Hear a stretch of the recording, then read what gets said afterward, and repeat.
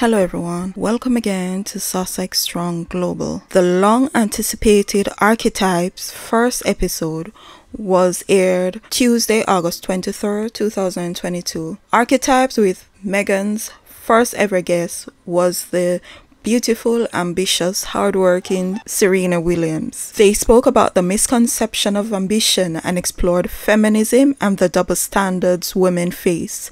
They recounted how fearless we are as young girls, but as we get older, we get fearful of being our authentic selves because we know that we will be criticized and stereotyped. Harry popped in for just a second to say hi. Serena spoke about becoming afraid of being herself on the court because of harmful tropes about her in the media. Both Meghan and Serena shared their scares as first-time mothers and having to go to work just hours later. Serena spoke about Olympia falling out of her high chair and breaking her wrist the night before a huge match, and she had to still play, though her heart wasn't in it at the time as she kept worrying about her daughter. Serena spoke about leaving tennis to evolve and focus on being a good mother and her business Serena Ventures. Serena stated that she didn't want to use the word retirement as she will always have some involvement with her first time love and passion, tennis,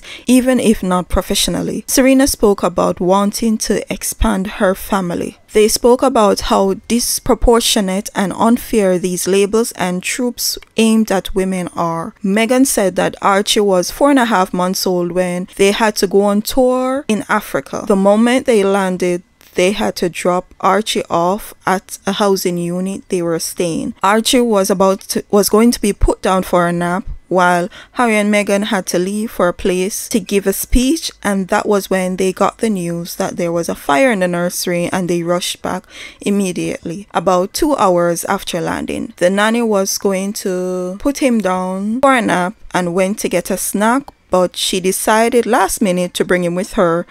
The nanny was from Zimbabwe, and Meghan said that she would often tie Archie on her back. Meghan said that the nanny would often tie Archie on her back with a mud cloth, and that was basically how Archie's life was spared. Meghan said that when the heater caught fire, that was how Archie wasn't in the room at the time. So understandably, Meghan spoke about how shaken up she was, as a first-time mother, and anxious because she did not know at the time the extent of the damage. And shortly after, she was still forced to complete the royal tour, and that explains, I guess, how emotional Meghan was in Africa when she said that not many people asked how she was doing. I think she meant maybe Harry's family. I bet when it happened, not one of them cared enough for Archie to ask if he and his parents were okay. It's wild, but the media knew this happened at the time and still went on to slag Meghan off and was still accusing her of complaining or whinging, as they love to say, for nothing. There was no smoke detector as well, which caused me to side-eye the entire staff and their security. God bless Nanny Lauren. It took someone down the hall to smell the smoke and made an alarm. So obviously there was no proper security arranged for Archie, who was supposed to be in the room sleeping. I remember hearing about this at the time, but the toxic lying UK media claimed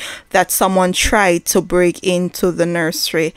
Now, of course, they're trying to say no, that this didn't happen. But there was an investigation done by an African newspaper that found evidence from someone who worked there at the time that yes, there was a fire, and basically that the heater caught on fire because the person said that it was melted when they went and looked. So it came out years ago that Meghan's dog Guy's legs were broken shortly after she and Harry got married and moved into Kensington Palace.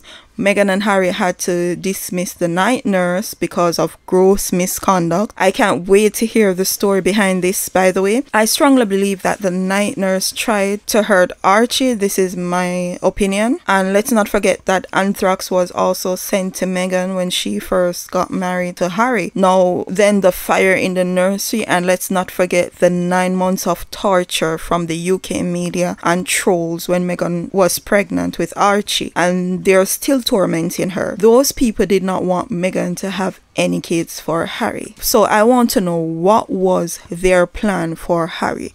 Because it seemed as if every past girlfriend that Harry had some issue with putting up with Kate. You know, there were always these stories about Kate not getting along with Harry's girlfriends.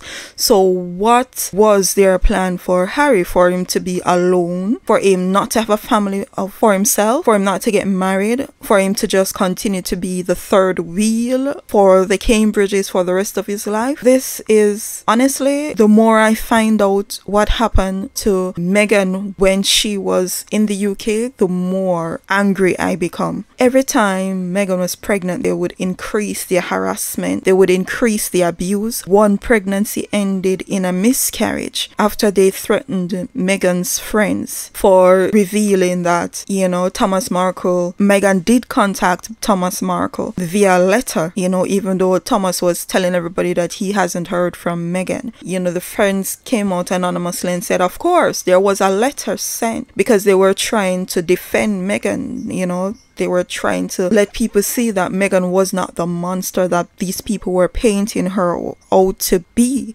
And they are still painting her out to be a user and infantilizing Prince Harry as if he doesn't have any autonomy to say or make any decisions for himself. Every time she was pregnant, they would increase the harassment, they would increase the abuse. These people have made it their mission to terrorize this woman. And for what? My question is, who is behind this? Who is the main beneficiary of the abuse of Meghan and the infantilizing of Prince Harry? Who are the beneficiaries? You know, I have my guess. Now, I don't want to give much away. For those who don't have Spotify, I hope you sign up and support Meghan's podcast, and remember to give it 5 stars. Please give it a listen, because the media and the paid media trolls and derangers are out in full force, behaving like rabid animals and trying to sabotage Meghan's success. The haters, which includes the UK media, trolls, bots, the racists alike, are being mocked by both new and old supporters. People are seeing through this smear campaign, the rabid hate of Meghan Markle, and people are just not having it. Podcast has already hitting 10 million listeners last week, and at one point it was trending at #1 in UK, Canada, in the USA. It was actually trending in 11 countries of the top 5 podcasts, and it has made its way to the #1 podcast in the world. There are overwhelming positive reviews on social media, and people are speaking about the main issues raised in the podcast, which was about harmful tropes aimed towards ambitious women and the double standards used against women as opposed to men. Serena and Meghan reaffirms their strong bond and spoke about Serena's next ventures. On the next podcast, Meghan will speak to Mariah Carey, and this one I can't wait. Also, Prince Harry was back on the field of Aspen Valley Polo Club with his brother from another mother, Nacho Figueras. They both played in the annual Sentibale ISP Honda Polo. How Prince Harry and Prince Siso founded Sentibale to honor the work of their mothers in HIV. The charity was named after Princess Diana's favorite flower, forget-me-not, in Sesotho. So that's it for now. Stay tuned for a review of Meghan's podcast, the second episode, Archetype. Remember, let's not just aim to be strong. Let's aim to be Sussex strong. And until next time, goodbye.